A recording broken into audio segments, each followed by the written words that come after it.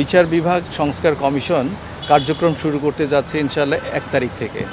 তো 1 অক্টোবর থেকে ওনারা যেখানে বসবেন, কার্যক্রম চালাবেন, সেই অ্যাকোমোডেশনটা সঠিকভাবে আছে কিনা সেটাই দেখতে এসেছিলাম। তো এখানে যেটা দেখলাম যে এটা একেবারেই এখনও তৈরি হয় নাই, প্রস্তুত হয় নাই। সেজন্য সংসদের যিনি সচিব রয়েছেন আনাউরুল্লাহ সাহেব, ওনার সঙ্গে সাক্ষাৎ করে এবং পিডব্লিউডির গণপূর্তে যারা আমাদের এক্সিকিউটিভ ইঞ্জিনিয়ার সাহেবরা আছেন, ইএমের এক্সিকিউটিভ ইঞ্জিনিয়ার সাহেবরা আছেন, ওনাদেরকে সঠিকভাবে আমি নির্দেশনা দেওয়া যেন ওনারা এটাকে সম্পূর্ণভাবে রেডি করে দেন। আজকে 29 তারিখ, হাতে আর একদিন সময় আছে।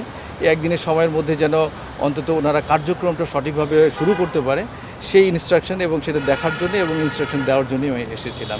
তো আমি আশা করি যে ইনশাআল্লাহ 1 তারিখের মধ্যে তারা কাজ শুরু করতে পারবেন। 5টা কমিশনের বিষয়ে গণপূর্তে থেকে ভিন্ন ভিন্নভাবে তাদের অ্যারেঞ্জমেন্ট করেছেন বলে আমি শুনেছি। বিচার বিভাগ সংস্কার কমিশনের যিনি সাচিবিক দায়িত্ব পালন করবেন, তিনি একজন বিচার বিভাগীয় কর্মকর্তাই হবেন। এটা আইন মন্ত্রণালয় থেকে আমরা নির্ধারণ করে দিচ্ছি। আর অন্য যে 5টি সংস্কার কমিশন, সেটা নিজ নিজ অ্যারেঞ্জমেন্টে জনপ্রশাসন থেকে ওনারা নির্ধারণ করে দিচ্ছেন।